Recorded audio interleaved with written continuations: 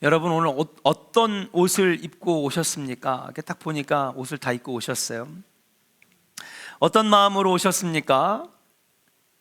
예배자답게, 단정하게, 깨끗하게 그렇게 입고 오셨습니까? 이 참 옷이라고 하는 것이 굉장히 특별합니다. 사람은 직업에 따라, 역할에 따라 입어야 하는 옷이 달라집니다. 운동선수는 뭘 입어야 돼요? 운동복을 입어야 운동을 잘할 수가 있죠. 불편한 청바지 입고 여러분 운동할 수 없습니다. 경찰관은 경찰 제복을 입어야 경찰로서의 권위도 쓰고 또 범인도 잡을 수가 있는 것이죠. 군인은 군복을 입어야 군인답고 전투를 잘할 수 있습니다. 군복의 최대의 장점은 뭐냐? 바로 주머니가 많다는 거예요. 왜 그럴까요? 그렇죠? 전쟁에 나가려면 이것저것 챙겨야 될 게 너무 많습니다. 그래서 여기에다 수류탄 달고 여기다가 탄창 달고 그 다음에 뭐 여러 가지 전투식량도 달고, 이 옷이라는 게 그렇습니다. 군인은 군복을 입어야 군인답고 전투를 잘할 수가 있는 것이죠. 의사, 간호사, 약사들 뭐 입어야 됩니다? 가운 입어야 되지요. 그래야 환자들에게 의사 선생님, 그냥 일반 옷을 입고 있으면 신뢰가 잘 가지 않잖아요. 근데 하얀 가운만 입고 딱 이렇게 나타나면은 뭔가 신뢰감이 생깁니다. 전문가, 뭔가 병이 고쳐질 것 같고 내 병이 나을 것 같은 그런 신뢰감. 같은 사람이라도 잠자리에 들 때 입는 옷, 직장 갈 때 입는 옷, 수영장 갈 때 입는 옷, 등산하러 갈 때 입는 옷, 장례식장 갈 때 입는 옷. 장례식에 갔는데 여러분 탱크탑 배꼽 보이는 거 입고 가면은 안 되잖아요. 이렇게 여러분 그 장소와 그리고 환경에 맞는 그런 옷을 입어야 되는 거예요. 그렇다면 여러분들은 오늘 교회에 오면서 예배자로서 하나님 앞에 어떤 모습으로 오셨습니까? 우리는 가는 곳 하는 일에 따라 그에 맞는 옷을 입어야 하는 것처럼 교회에 와서 하나님 앞에 예배할 때에, 성도들을 대할 때에 그리스도인다운 옷을 입어야 될 줄로 믿습니다. 그럼 목사님, 그리스도인다운 옷은 도대체 무엇입니까? 양복 입으면 되는 겁니까? 단정하게 입으면 되는 겁니까? 거기에 대해서 사도 바울은 우리에게 이렇게 가르쳐 주고 있습니다. 12절 말씀을 우리 한번 힘차게 사모하는 마음으로 함께 외쳐서 읽도록 하겠습니다. 시작. 그러므로 너희는 하나님이 택하사 거룩하고 사랑받는 자처럼 긍휼과 자비와 겸손과 온유와 오래 참음의 옷을 입고. 아멘. 한번 따라 합시다. 하나님의 사랑받는 자처럼 옷 입으라고 그랬습니다. 양복을 말하는 게 아닙니다. 가운을 말하는 게 아닙니다. 정장을 말하는 게 아닙니다. 경찰도 경찰관 옷을 입었다고 다 경찰로 쳐주냐? 아니죠. 요즘에 경찰관들이 끔찍한 범죄를 많이 저지릅니다. 그래서 어떤 경찰은 음주운전하는 사람을 단속해야 되는 사람이, 높은 직급에 있는 사람이 음주운전하다가 사람을 치워서 2명이나 죽이고요. 경찰 옷은 입었는데 경찰관답지 못한 거죠. 그럼 그 사람은 경찰관이 되지 못하는 겁니다.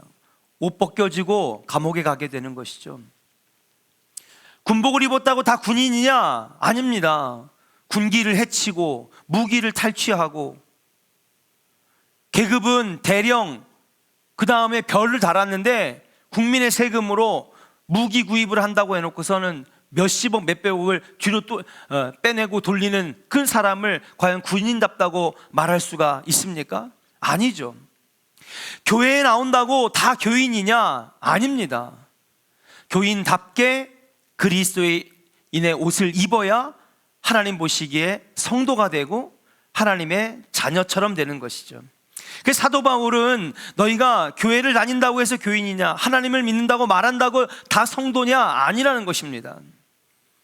어떻게 해야 하나님의 사랑받은 자처럼 그에 걸맞는 옷을 입어야, 그의 모습의 옷이 있어야 정말 하나님의 자녀고 크리스찬이라고 말할 수가 있다는 것입니다.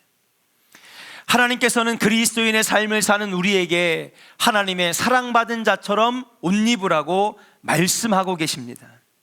경찰관답게 옷 입는 것처럼, 운동선수답게 옷 입는 것처럼 우리는 하나님의 사랑을 받은 자처럼 옷 입으라고 말씀하시는 것이에요. 하나님께서는 우리를 하나님의 자녀로 택해 주셨습니다. 믿으시면 아멘. 우리 한번 역사님 축복할까요? 당신은 하나님의 자녀로 택함 받았습니다. 아멘입니까? 그러면 자녀란 과연 무엇이냐? 여러 가지로 정의할 수 있겠지만 자녀는요, 부모의 사랑을 받는 존재예요. 저기 우리 예빈이, 예찬이 이렇게 두 청년이 왔어요. 엄마 아빠가 사랑 많이 해줘요? 그렇죠. 그냥 1초의 망설임도 없이 엄마 아빠가 정말 자기들을 너무 사랑한대. 자녀란 무엇이냐? 자녀는요, 부모의 사랑받는 존재예요. 부모의 사랑. 그러니까 하나님께서 우리를 자녀 삼아 주셨다는 것은 거기에는 어떤 의미가 숨겨져 있는 거예요? 하나님이 우리를 사랑하신다라고 하는 그 뜻이 포함되어 있는 것입니다. 그래서 우리를 사랑하셔서 예수 그리스도를 내어주셨어요. 그분의 피값으로 우리가 구원을 받았는 줄로 믿습니다. 멸망치 않고 우리의 죄를 용서해 주시고 하나님 자녀로, 구원의 백성으로 삼아 주셨어요. 부모가 자녀를 사랑하듯 아바 아버지 되신 하나님께서 자녀된 우리를 사랑해 주셨는 줄로 믿습니다. 그러니까 이제 우리는 어떻게 살아야 되느냐? 여러분, 하나님의 사랑을 받은 자녀처럼, 사랑받은 자처럼 살아야 되고 행동해야 되고 그에 걸맞는 옷을 입어야 한다는 것이에요. 여러분, 우리가 그런 말 많이 하잖아요. 이게 애들을 보면은요, 사랑받은 티가 나는 애들이 있어. 아, 쟤는 참 엄마 아빠의 사랑을 많이 받고 자랐구나. 이게 감출래야 감출 수가 없는 거죠. 왜? 사랑받은 그 티가 행동에서 나오니까. 우리도 마찬가지입니다. 하나님의 사랑을 받은 자녀처럼 그에 맞는 행동, 모습, 그것을 사도 바울은 옷 입는 것으로 비유로 표현했다라고 하는 사실이에요. 사랑하는 조은의 성도 여러분, 저와 여러분 안에 하나님의 사랑을 받은 자녀와 같은 그런 모습이 있기를 주의 이름으로 간절히 축원합니다. 그런 모습의 옷이 다른 사람들에게 보여줘야 된다는 사실이에요. 그렇다면 하나님의 사랑받은 자처럼 그에 어울리는 옷은 무엇일까? 사도 바울이 오늘 12절에 분명하게 얘기를 합니다. 따라합시다. 긍휼과 자비와 겸손과 온유와 오래 참음. 그래요. 너희는 하나님이 택하사 거룩하고 사랑받은 자처럼 어떤 옷을 입어야 되느냐? 긍휼의 옷을 입어야 되고, 자비의 옷이 입혀져야 되고, 겸손과 온유의 옷이 입어져야 되고, 오래 참음의 옷이 입어져야 된다라고 하는 사실이에요. 그게 하나님의 사랑받은 자처럼 옷 입는 자들, 그런 모습이 나타나는 그런 거룩한 모습이라고 오늘 우리에게 말씀하고 있어요.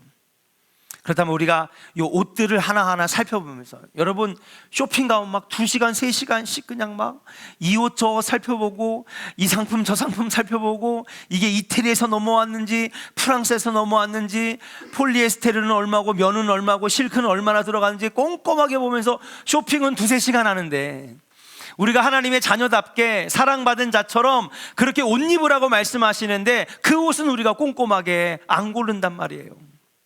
그래서 오늘 이 말씀을 통해서 저와 여러분들이 정말 하나님의 사랑받은 자처럼 그리스도인의 옷을 입는 놀라운 역사 일어나기를 주의 이름으로 간절히 축원합니다. 첫 번째, 따라합시다. 긍휼과 자비의 옷을 입어야 합니다. 긍휼과 자비의 옷을 입어야 한다.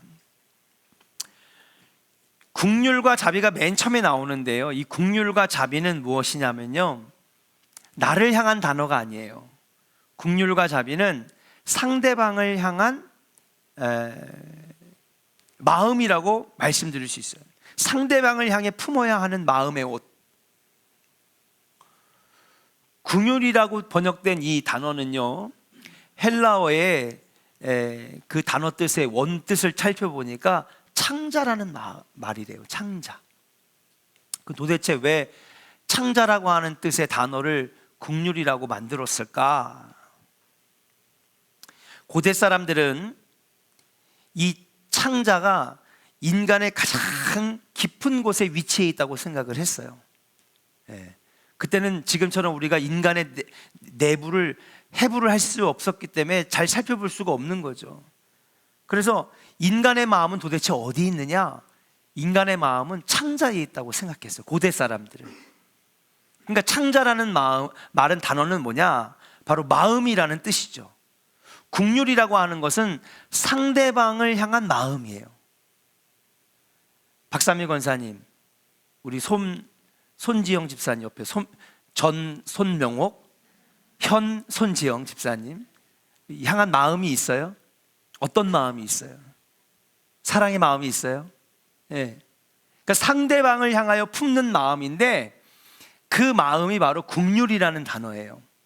그리고 그 마음은 어디서 나오느냐? 인간의 가장 깊은 창자에서 나온다고 생각했어. 그러다가 바뀌죠. 어떻게 바뀌냐? 이제 그 마음이 여러분 어디서 나온다고 생각해요? 심장에서 나온다고 생각해. 그래서 여러분 우리 나 너 좋아해 그럼 우리 뭐 만들어요? 하트 만들잖아요. 우리 옆 사람 심심한데 그냥 하트나 한번 만들어 보죠. 옆 사람에게 사랑합니다. 사랑합니다. 예. 그래서 고대 사람들은 이 사람의 내면 깊숙이 가장 깊은 창자에서 마음이 우러나온다고 생각했고, 시간이 지난 다음에는 아니야, 이 하트 두근두근 되는 그게 되게 일리가 있어요. 상대방을 좋아하거나 사랑하면 뭐가 돼요? 심장이 막 뛰잖아요. 심박수가 막 올라간단 말이에요. 처음에 한 70, 60, 80밖에 안 되다가 120, 130 막 쿵쾅쿵쾅 뛰니까 사람의 마음은 이 심장에서 나오는 거구나. 그때부터 누군가에게 마음을 표현할 때마다 뭐예요? 이게 하트를 딱 그린 다음에 빨간 펜으로 막 색칠을 해. 그 옛날에 연애 편지 써보셨죠? 에이, 썼으면서 다. 지금은 아마 요즘 MZ세대들은 편지지가 뭔지도 모를 거예요. 아마 다 문자하고 카톡하니까. 근데 옛날에는 연애 편지를 쓰면은 마지막에다 하트를 딱 그린 다음에 빨간색으로 이렇게 칠을 한단 말이에요. 이 심장이 이 마음이 나오는 곳이라고 생각을 했어요. 빌립보서 1장 8절에 사도 바울도 내가 예수 그리스도의 심장으로, 그러니까 내가 예수의 마음으로 내가 너희를 사랑한다, 그렇게 표현하고 있어요. 그러니까 아마 베드로 때부터도 이렇게 바뀐 것 같아요, 개념이. 그래서 긍휼이라고 하는 단어는 뭐냐면요, 내 마음이 너에게 있다는 거예요. 나는 너를 생각한다. 나는 너에게 마음을 쓰고 있다. 조금 풀어서 얘기를 하면 긍휼은 상대방의 처지와 상황을 안타깝게 생각하여 그의 필요를 좀 채워주고 싶고, 그를 좀 도와주고 싶고, 그를 좀 이렇게 힘을 주고 싶고 하는 그 마음이 긍휼의 마음이라고 하는 거예요. 그러니까 지금 사도 바울이 하나님의 사랑받은 자처럼 옷 입으라고 하는데, 그 입어야 될 첫 번째 옷은 뭐냐면 너에게 긍휼의 마음이 있느냐, 긍휼의 옷을 입으라고 하는 거예요. 상대방의 처지와 상황을 안타깝게 여기고 필요를 채워주기를 원하는 마음. 자비의 옷도 마찬가지입니다. 긍휼과 비슷한 단어예요. 히브리서 10장 28절에는요 불쌍히 여기다, 그러니까 긍휼하고 똑같은 거죠. 상대방의 처지와 상황을 안타깝게 여겨서 뭔가 도와주고 싶고 필요를 채워주고 싶고 힘을 주고 싶은 그 마음, 그게 자비라고 하는 거예요. 성도의 결핍과 필요를 알고 불쌍히 여겨 채우려는 마음이 바로 자비의 마음이다. 우리가 첫 번째로 하나님의 사랑을 받은 자처럼 그에 맞게 입어야 할 옷은 상대방의 처지와 형편과 그런 마음을 여러분 안타깝게 여기고 내 마음을 써서 그를 도와주는 그런 모습이 바로 우리 그리스도인의 옷, 사랑받은 자처럼 입는 그 옷, 바로 긍휼과 자비의 옷, 그리스도인다운 모습이라고 말씀드릴 수가 있어요. 왜 우리가 그런 옷을 입어야 되느냐? 하나님이 바로 긍휼과 자비의 옷을 입으셨기 때문에 그래요. 아멘.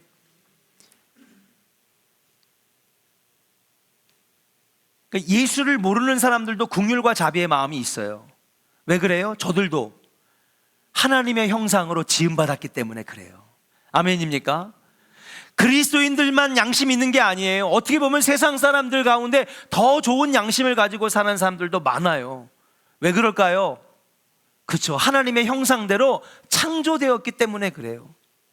우리 하나님이 당신의 성품과 인격을 우리 안에 넣어주셨기 때문에 그래요. 그러니까 하나님에게는 긍휼과 자비의 옷이 입혀져 계신 분이라는 사실이에요. 하나님 어떤 분입니까? 뭐 너무나 많은 이야기가 있지만은 창세기 처음에 가면 아담과 하와가 범죄했어요. 사실은 죽어 마땅한 겁니다. 내가 정녕 죽으리라 아담과 하와에게 분명히 경고했단 말이에요. 선악과를 따먹지 말으라고. 그러면 하나님 약속하신 말씀대로 아담과 하와는 어떻게 돼야 돼요? 죽어 마땅한 거예요. 그 자리에서 즉사해야 된단 말이에요. 그런데 첫사랑 처음 창조하여 내 형상대로 지은 이 아담과 하와 죽이지 아니하시고 긍휼과 자비의 마음으로 동물을 죽여 가죽으로 그들에게 옷 입혀 지어주신 다음에 에덴을 떠났지만 결국 유프라테스 티그리스 강에 자리 잡고 살 수 있게 해주셨어요. 왜요? 하나님의 마음에는 긍휼과 자비가 있으시기 때문에. 예수님 긍휼과 자비의 옷을 입으셨던 분입니다. 굶주린 무리들을 불쌍히 여기셨고요, 병든 자들을 만나면 손 얹어서 고쳐주셨고요, 목자 없는 양처럼 고생하는 영혼들에게 여러분 불쌍히 여겨서 귀신을 쫓고 그들이 하나님 말씀으로 구원을 받는 놀라운 은혜를 베풀어 주셨다는 사실이에요. 2024년을 살고 있는 우리는 그럼 어떻습니까? 우리도 마찬가지예요. 하나님의 사랑을 받은 자, 긍휼과 자비의 마음으로 우리를 보호해 주시는 놀라운 은혜 속에 살아가고 있다는 사실이에요. 우리가 어떻게 구원받았습니까? 바울은 에베소서 2장 4절부터 7절에 이렇게 말씀하고 있어요. 이건 같이 한번 우리가 선포하며 읽었으면 좋겠어요. 같이 읽겠습니다. 시작. 긍휼이 풍성하신 하나님이 우리를 사랑하신 그 큰 사랑을 인하여 허물로 죽은 우리를 그리스도와 함께 살리셨고 너희는 은혜로 구원을 받은 것이라.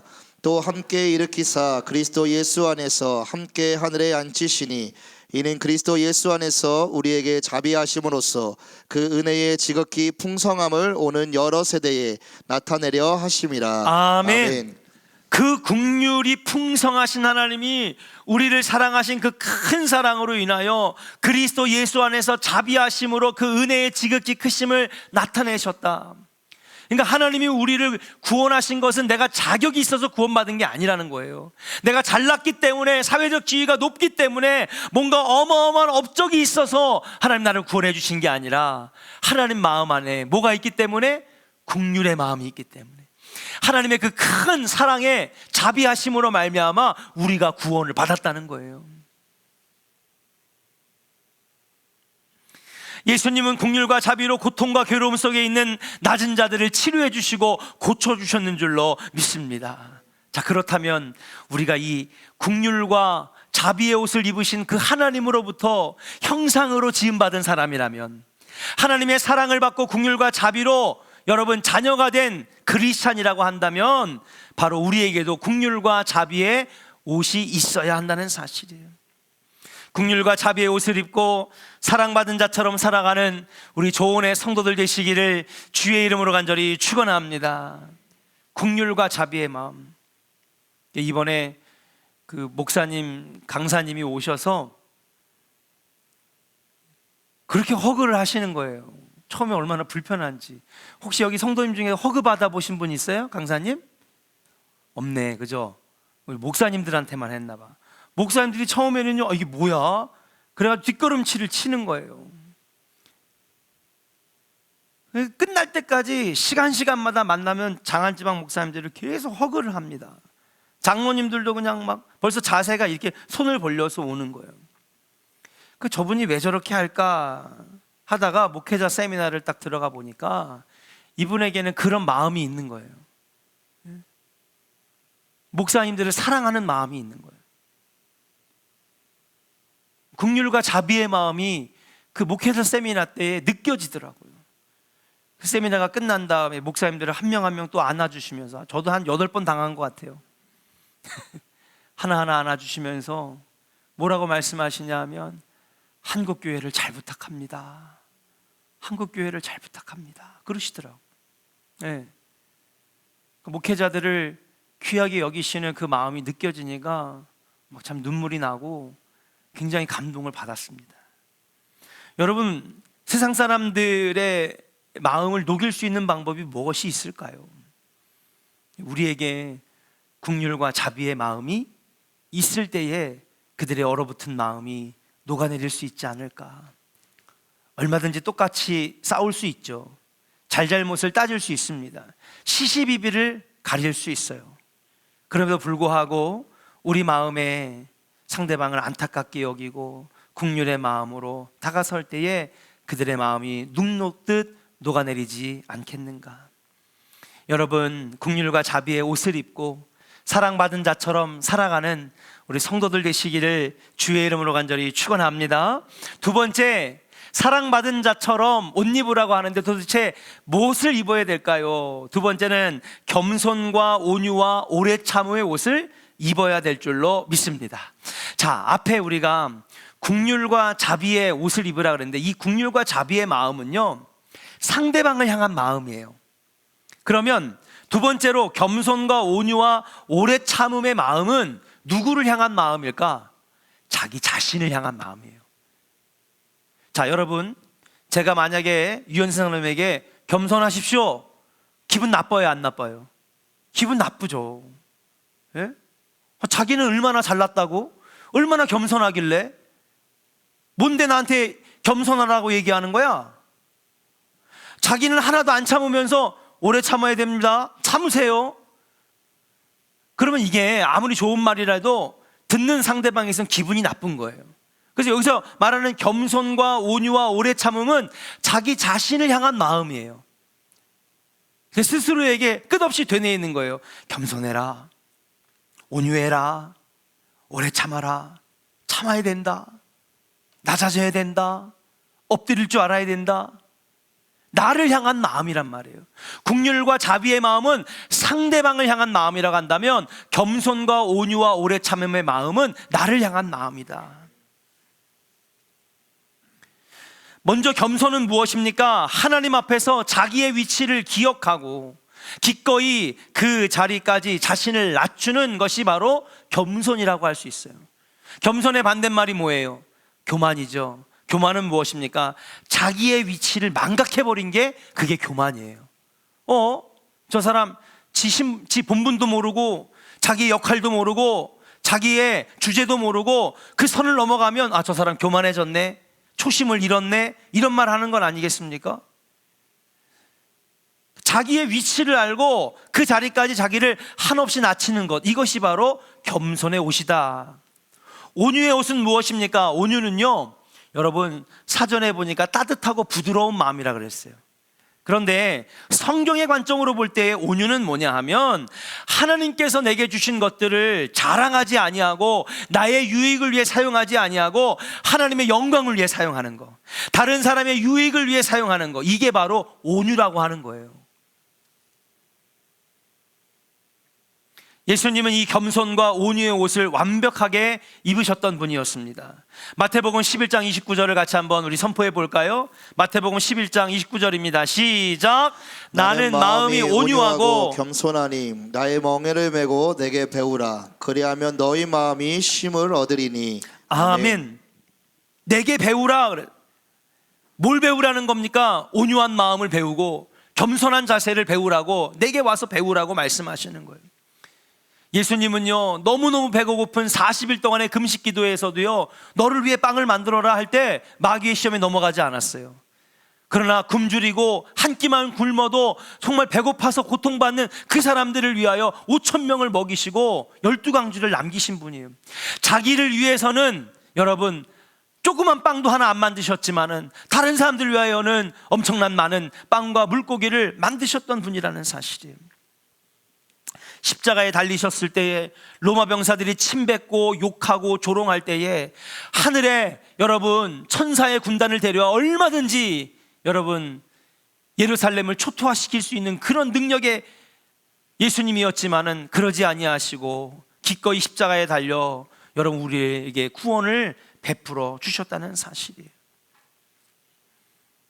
그렇다면 오래 참음의 옷은 무엇일까?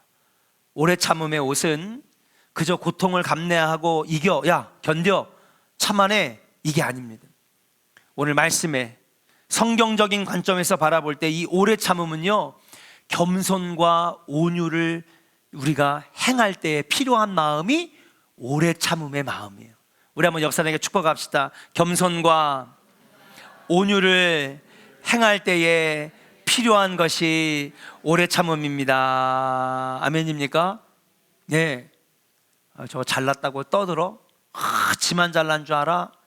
더 그냥 내가 그냥 자기를 과시하고 나 무시하는 거야? 더 자랑하고 그럴 때마다 이거를 제어하고 계속해서 겸손할 수 있도록 만들어주는 장치가 뭐냐? 오래 참음의 마음이라는 사실이에요. 아니야, 그렇지 않지. 예? 하나님은 아실 거야. 예? 계속해서 겸손할 수 있도록 여러분 오래 참음의 마음이 나를 겸손하게 만드는 거예요.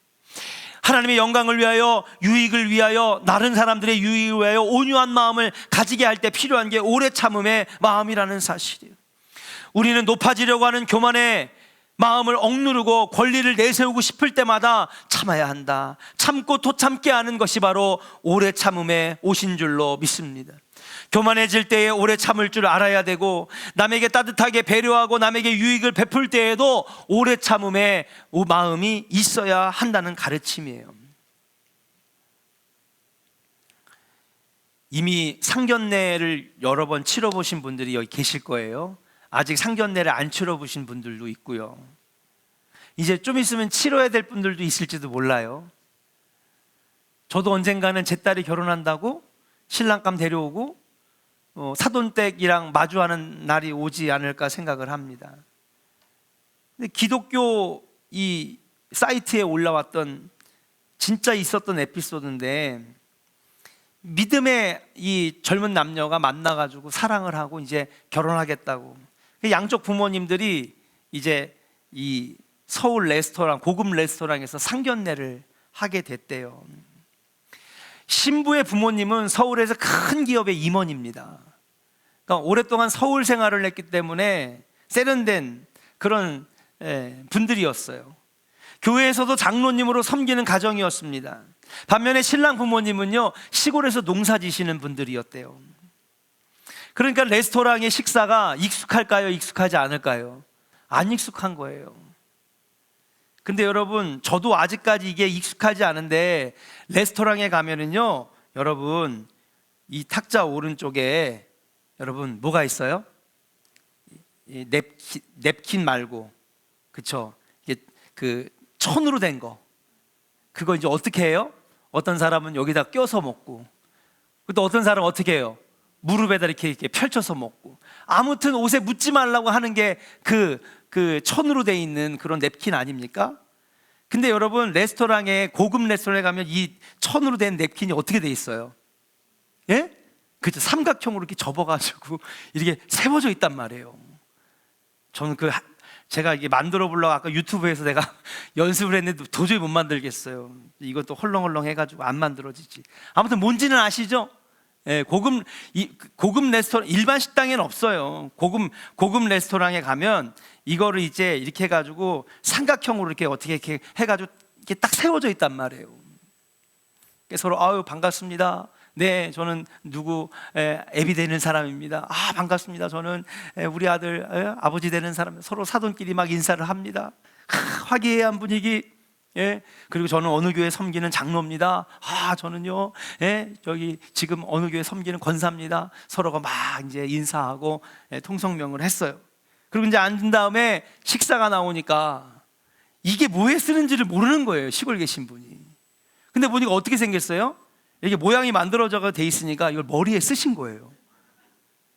그리고 옆에 남편이 이걸 쓰니까 부인도 이걸 거기에 같이 쓴 거예요. 그러니까 반대편에 있는 사돈이 어때요? 당황스럽잖아. 이걸 말해주면은 상대방이 자존심 상할 것 같고 무안해할 것 같고 처음 만났는데, 그러니까 그거는 벗으라고 하면 무안해할 것 같고 가르치면은 뭐 좀 잘난 척하는 것 같고, 뭐 지만 서울 살아가지고 뭐 지만 뭐 아나? 나도 알았어요. 그럼 여러분 자칫 잘못하면 이 결혼 깨질 수 있어. 기분 나빠가지고 갑자기 순간적으로 5만 가지 생각이 다 나더래요. 그래가지고 옆에서 불안에 떠는 거예요. 이제 이 젊은 신랑 신부 될 사람들은 지금 이 상황이 너무 당혹스러운 거야. 어떡하지? 안절부절 못하고 막 얼굴이 사색이 되어 막 굳어 있는데, 여기 서울에 모교회를 다니시는 신부 아버님이 허허허허 웃으면서 이걸 집어다 자기 머리에다 딱 얹었어. 그 옆에 있는 부인 권사님도 막 당황하다가 자기도 이거 들어가지고 같이 올렸어. 그러니까는 옆에서 시골에서 올라오신 분이 아유 사돈어른 멋있네요. 아유 어르신도 멋있습니다. 갑자기 순식간에 이 분위기가 너무 화기애애해진 거야. 자, 종업원이 음식을 가지고 왔는데 여러분, 자 그럼 어떻게 신랑 될 아들하고 신부 될 딸하고 뭐 했겠어요 여러분? 같이 썼지 뭐야. 6명이 이걸 다 같이 쓰고 있으니까 이거 음식을 가져온 이 종업원이 깜짝 놀라가지고 돌아가서 키키키 계속 웃는 거예요. 그 나중에 음식을 다 먹고 계산하는데 저기서 종업원들이 다 웃고 있어. 여러분, 만약에 그 순간에 나 서울 사람이라고, 응? 대기업 임원이라고, 나 어느 교회 장로라고 그러면서 아유 사돈어른 촌스럽게 그걸 머리에 쓰고 그랬습니까? 여러분 그렇게 우습게 보고 지적하고 그러면 여러분 그 마음이 어떨까요? 무안하고 창피하고 그렇잖아요. 그 순간에 정말 이분은요 상대방을 대하는 마음이 있었던 거야. 그런 어떤 겸손한 마음. 만약에 내가 아유 나는 서울의 큰 기업 임원이고 또 큰 대형교회 장로고, 근데 보니까 어서 저런 사람들 알지도 못하고 이런 예절도 모르는 사람, 이런 사람하고 사돈을 맺어 교만한 마음을 품었다면은 그 결혼이 성사되고 그 모임이 아름다운 모임이 됐을까요? 근데 정말 예수 믿는 진짜 교회에서만이 아니라 이렇게 밖에 나가서도 좀 겸손하고 온유하고 긍휼하고 그런 상대방을 배려하는 그 마음이 여러분 이렇게 아름답게 펼쳐질 때에 얼마나 아름답고 따뜻한 이 만남이 되었습니까? 사랑하는 조은의 성도 여러분, 사랑받은 사람은 사랑받은 티가 나게 되어 있는 줄로 믿습니다. 우리는 하나님의 사랑받은 자녀잖아요. 그러면 어딜 가든지 사랑받은 자녀의 티가 나기를 주의 이름으로 간절히 축원합니다. 그게 겸손해 오시고, 그게 자비해 오시고, 그게 긍휼해 오시고, 온유와 오래 참음에 오시라고 하는 사실이에요. 그게 바로 하나님의 사랑받은 자처럼 옷 입는 그리스도인의 모습인 줄로 믿습니다. 예수님의 마음인 겸손과 온유와 오래 참음의 옷을 입어 여러분 다른 사람들에게 아름답고 선한 모습으로 그들의 마음을 녹여낼 수 있는 여러분 참된 크리스찬 되시기를 주의 이름으로 간절히 축원합니다. 우리 옆 사람에게 한번 축복합시다. 그리스도인의 옷을 입으시다. 할렐루야. 뭐 입었어요? 이제 긍휼과 자비의 옷을 입고, 그다음에 겸손과 온유와 또 뭐 입었어요? 오래 참음 입었어요. 5가지나 입었네. 마지막으로 따라합시다. 용납과 용서의 옷을 입어야 합니다. 그래요. 마지막으로 사랑으로 단단하게 만드는 용납과 용서의 옷을 입어야 될 줄로 믿습니다. 13절의 말씀 같이 읽고 마치도록 하겠습니다. 13절 시작. 누가 누구에게 불만이 있거든 서로 용납하여 피차 용서하되 주께서 너희를 용서하신 것 같이 너희도 그리하고. 아멘. 용납이라고 하는 것은 기본적으로 참는 것인데, 그냥 억지로 참는 것이 아니라 상대방에게 불만이 있더라도 참고 견디는 것이, 그게 바로 용납이라고 하는 거예요. 그러니까 마음에 들어서 오케이, 내가 너 마음에 드니까 이번엔 내가 봐줄게, 내가 받아들여 줄게, 내가 넘어가 줄게, 이게 용납이 아니라는 거예요. 오늘 말씀 보니까 서로 피차 간에 불만이 있을지라도 서로 용납하여.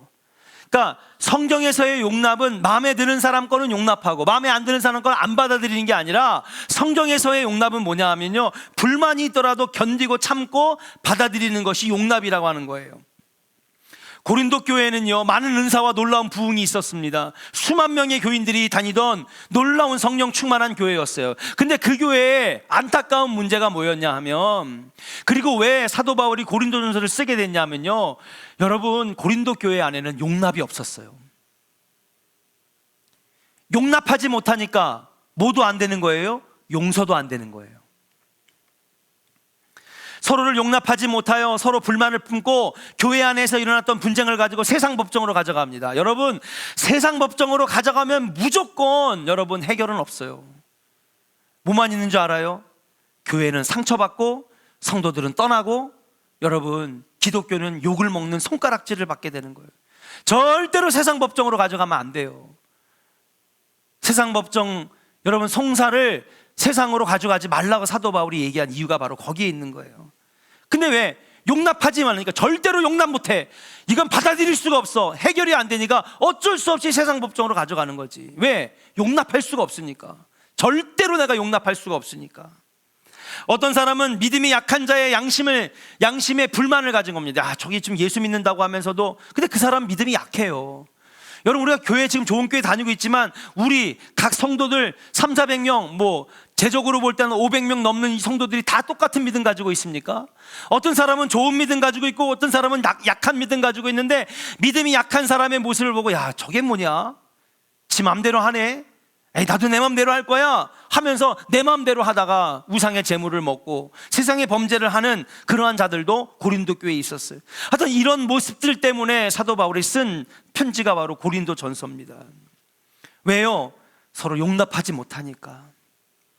그러나 사랑하는 여러분, 최고의 용납이 무엇인지 아십니까?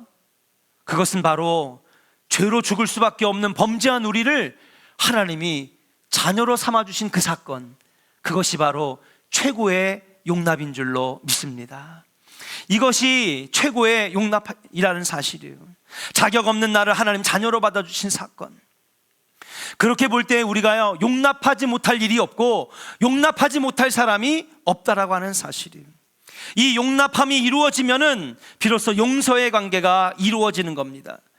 아까도 얘기했듯이 나는 절대로 용납 못해. 그 얘기에는 뭐가 들어가 있느냐? 나는 절대로 용서 못하겠다는 거예요. 그런 우리에게 주님은 13절에서 이렇게 말씀하십니다. 너희가 서로 피차 용서하되 주께서 너희를 용서하신 것 같이 너희도 그리하고. 따라합시다. 주께서 너희를 용서하신 것 같이 너희도 그리하고. 할렐루야. 주님이 우리를 용서해 주셨잖아요. 우리의 죄를 용서해 주셨잖아요. 우리가 하나님께 지은 죄는 헤아릴 수 없이 엄청나게 큰 죄라고 한다면, 우리 안에서 이루어지는 작고 사소한 갈등과 죄는요, 작은 것이에요. 상대적으로 적은 것입니다. 우리가 하나님의 무한한 긍휼과 자비로 용서를 받았다면은 우리에게 죄 지은 자에게 그런 긍휼과 자비를 베푸는 것이 마땅한 것이 아니겠는가? 하나님의 용납과 용서를 생각할 때에 우리도 하나님의 용납과 용서를 경험한 자라면 우리도 용납과 용서의 옷을 입고 다른 사람들을 용납하고 용서할 수 있어야 한다라고 하는 사실이에요. 예전 오래전에 독일에서 유학을 하고 있는 젊은 한국인 부부 이야기입니다. 부부가 이제 유학을 가서 이제 막 정착을 해가지고 공부를 시작을 하는데, 이 부부에게는 5살짜리 어린 아이가 있었어요. 어디 가야 돼요? 얘는 유치원 가야 되잖아요. 그러니까는 옛날에는 독일에 한국 사람들 많이 없고 또 독일어가 어렵기도 하고, 그래서 독일 유학생들이 상대적으로 되게 적습니다. 미국에는 유학생들도 많고 일본, 중국 유학생들 많죠. 근데 독일은 유학생들이 적어요. 독일은 입학은 쉽지만 졸업이 어려운 데입니다. 여러분, 놀라운 건 독일에 유학 비자를 가져가잖아요. 그러면 차비, 지하철, 버스비, 기차 다 공짜예요. 네, 기숙사도 엄청나게 싸게 합니다. 그래서 독일이 유학이 쉬운가? 근데 그렇지 않아요. 졸업을 못해요. 졸업을 안 시켜준단 말이에요. 그런 장단점들이 있어요. 그런데 어렵게 뚫고 들어가서 천신만고 끝에 합격해가지고 자리를 잡고 5살짜리 아이를 유치원에 보냈는데 모든 교육비가 공짜니까. 그러니까 여러분 이 독일에서 태어나거나 거기에 이제 어린 아이가 되면은요 부모가 종교를 고르게 돼 있어요. 너는 루터교냐 천주교냐, 그죠? 딱 루터교를 고르면 얘는 요람에서 무덤까지 루터교가 처음부터 다 책임지는 거예요. 그 루터교단이 여러분 이 뭐 돌잔치도 해주고 그 다음에 결혼식도 해주고 나중에 장례식까지 다 치러줍니다. 대신에 내가 내는 세금이 루터교단으로 들어가는 거예요. 우리나라 반대예요. 우리는 종교인들이 자꾸 세금 내라 하잖아요. 근데 여기 독일에 있는 종교는요 국민들이 내는 세금, 왜? 국민들에게는 종교가 없는 사람이 없으니까 태어날 때 골라요. 넌 루터교 할 거냐 천주교 할 거냐. 그래가지고 고르면 자기네들이 내는 세금이 루터교단에 가가지고요 이 사람들이 태어났습니다. 뭐 출생신고, 돌잔치, 결혼식 주례, 뭐 교회 대소사, 경조사, 나중에 장례까지 루터교단이 다 책임지게 돼 있어. 자기 교구 안에 있는. 왜? 세금을 내서 그 세금이 교단으로 들어가니까. 천주교에 등록을 하면요 천주교에서 이 사람이 요람 무덤까지 다 책임지는 거예요. 여러분 새로운 얘기죠, 그죠? 예, 이렇게 합니다. 그러니까는 이 부모가 이 사람은 이제 교회 다녔었으니까 그냥 그러면 난 천주교는 아니니까 개신교로 해야 되겠다. 루터교에 등록을 했습니다. 그러니까 이제 유치원부터 다 교육이 공짜예요. 집에 가서 이제 아이가 뭐 너 재밌었어? 그러니까 이제 아이가 그냥 뭐 어색하기도 하니까 그렇게 있었습니다. 근데 이 아이가 와가지고 처음으로 자기가 배운 말이 있다면서 그 말을 계속 중얼중얼 하는 거예요. 그 엄마가 이렇게 뭐라고 도대체 중얼중얼 하나 하고 맨 처음 배운 독일어를 딱 들어보니까 디시케트 이런 말을 하는 거예요. 디시케트. 애가 와가지고 하루 종일 밥 먹을 때 디시케트 계속 얘기를 하는 거예요. 엄마 아빠가 그 얘기를 듣고 너무 깜짝 놀래가지고 제가 왜 저렇게 하루 종일 저런 말을 할까 하고 귀를 대가지고 계속 들어보니까 이게 무슨 말이냐, 너 빠져 절로 가 라고 하는 말이야. 근데 이 얘기를 애가 얼마나 많이 들었냐 하면 다른 말도 많이 들었을 거 아니에요. 근데 유치원에 가가지고 너무 그 말을 많이 들으니까 애가 이 귀에 인이 박힌 거야. 그래가지고 집에 와서도 디시케트 그 얘가 무슨 뜻인지도 모르고 그 말만 계속 중얼거리니까 엄마 아빠가 마음이 찢어지는 거예요. 너무 속상한 거야. 도대체 얼마나 이 얘기를 많이 들었으면 우리 아들이 애가 인이 박혀가지고 계속 집에 와서도 무슨 말인지도 모르고 무슨 뜻인지도 모르고 그러니까 밥 먹으러 가면 야 저리 빠져 저리 가. 다른 독일 애들이 야 너 저리 가. 못생긴 동양인을 차별하는 거죠. 너무 상처받아가지고 난 도저히 이 상황을 난 용납 못해. 난 독일인들 절대로 용서할 수 없어. 그날부터 유치원을 안 보냈어요. 그런데 아까 내가 뭐라 그랬죠? 그 나라에 들어가면 종교를 딱 고르고 시작해야 돼요. 독일 생활은. 그러니까 이 사람이 이제 한국에서는 개신교회를 다녔으니까 루터교에 등록을 하니까 여러분 계속해서 이 루터교의 혜택을 받으려면 여러분 그 루터교 교단의 교회를 가야 되는 거예요. 마음이 찢기고 상처받고 독일 심지어는 애를 위해서 나 공부 포기할까? 나 유학 포기할까? 막 이런 마음까지 하면서 침상에서 엄마 아빠가 서로 그냥 부둥켜 안고 지금 한국으로 돌아가야 될지 말아야 될지 막 부둥켜 안고 울고 지금 막 고민에 빠져 있는데 그래도 우리가 예배를 드려야 되지 않겠냐 하고 여러분 가까운 이 루터교 교단에 속해 있는 교회에 등록을 하고 예배를 드리러 갔어요. 한인교회가 없기 때문에 주로 독일인들이 거의 다 모이는 교회에 출석했는데 교회에 간 첫날 어린 예배를 드리고 온 아들이 또 집에 와가지고 계속해서 뭔가 중얼중얼 하는 거예요. 무슨 말을 하나 하루 종일 아무리 상처를 받았으니까 엄마 아빠가 트라우마가 생겼단 말이에요. 또 안 좋은 말을 또 배워갖고 왔나 보다 하고 귀를 대고 아이의 귀에 입에서 무슨 말을 하나 하고 귀를 기울여 했더니 이런 말을 배워온 거예요. 캄 히레인트 아까는 그러니까 또 상처받는 말을 좀 듣고 온 게 아닌가 하고 걱정했는데 가서 이 아이가 캄히레인트, 하루 종일 캄히레인트 그러는 거예요. 근데 여러분 이게 무슨 말인지 알아요? 일로 와, 같이 놀자. 일로 와, 같이 놀자. 엄마 아빠가 그 얘기를 듣는데 눈물을 쏟은 거야. 유치원에 가서 상처받는 말만 듣고 왔는데 하나님을 믿는 크리스찬들이 모인 이 교회에서 이리 와, 같이 놀자, 반대되는 단어를 이 아이가, 우리 아들이 들었다는 얘기를 하니까 엄마 아빠가 감동이 돼가지고, 하나님, 내가 독일인들을 미워하고 용납하지 못한 거 용서하여 주시옵소서.